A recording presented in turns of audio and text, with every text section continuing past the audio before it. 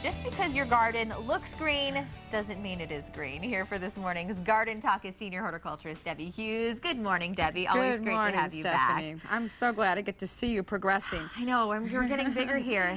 It's kind of feeling a little hungry today. You brought us some with snacks. fruit too. Yeah, I gave a few of the fruits to the turtles. That was so sweet.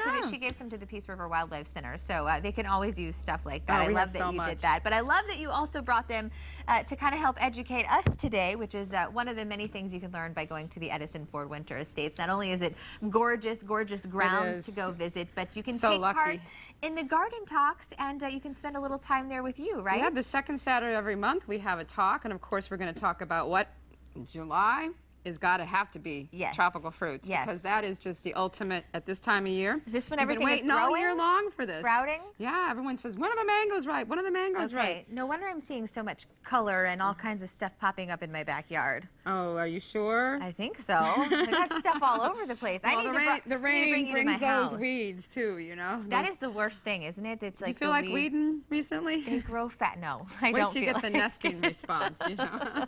I'll get good at it then, I'm thinking, right?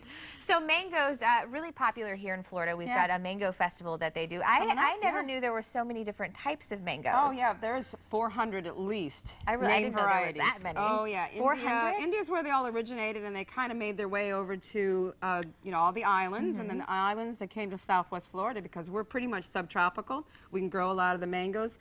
California has a little more trouble because they don't have the rain in the summer, which they need, and we have that rain in the summer. And then lychees too do fabulous here. I've never heard of these. What are the lychees? Oh, they're really kind of cool. They look like eyeballs when you pop them open, and then you basically take the top off. And you just pop it into your mouth. Yeah. I don't know if you want to try that today because what do they taste like? They're really exquisite, almost like a grape, but more heady, like exotic tasting. So are people cooking take some with home these? and try it later. Do you make? No, you mostly eat them out of hand, just fresh, and they don't have that long shelf life once you pick them. So that's why at the grocery store they don't always look so wonderful. So it'd be a perfect fruit to plant in your a tree would go great in your yard, but it does get large. Well, ours are very large. Edison planted them back, I don't know when, the 20s, and they're about 50, 60 feet tall, so it's hard to pick them. Wow. But you can keep yours short when you plant them. There's name varieties. Yeah, it's really weird. Yeah, it is like a grape. So I assume anything that typically is growing green, growing from the ground is good for you. Does this offer a lot of nutrition? It does offer nutrition. Both of these offer vitamin C, and of course, you know, they have sugars in them, and they have probably other things that I don't know about right now. Sorry.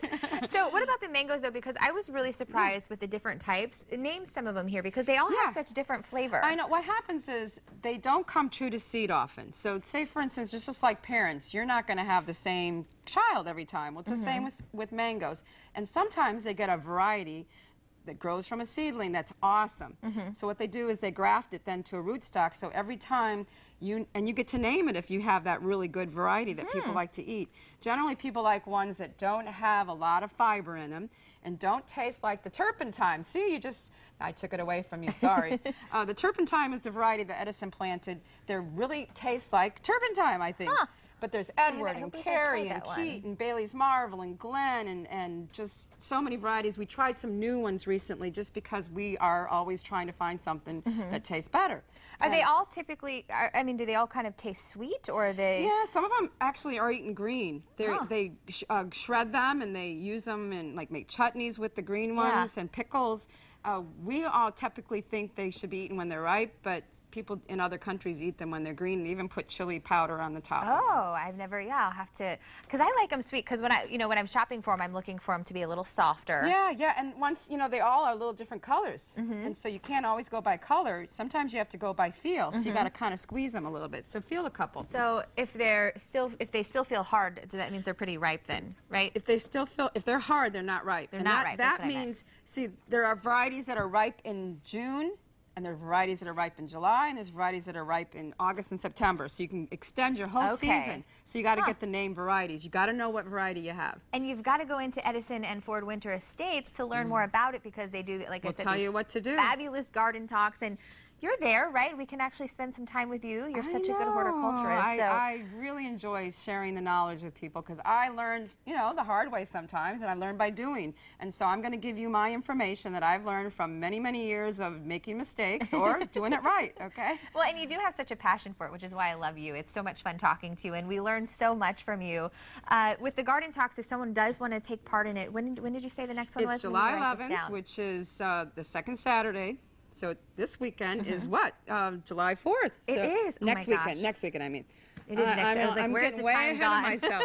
It's hard to believe that we're already getting into July 4th soon. And you can become a member, so it is $5 for members, but it's not even too much more if you're a non-member. Well, because you get so much information, we get to walk around, and not only do we talk about the plants that we would like you to put in your own yard, we like to show you things that are beautiful. Look at all the gorgeous flowers. Stunning, and it really is beautiful. Can you buy the mangoes when you're there? Can you? We do pick them, and people do buy them. It's just that we can't keep up with picking them. I need almost a new person just to pick. Need a team out there just to.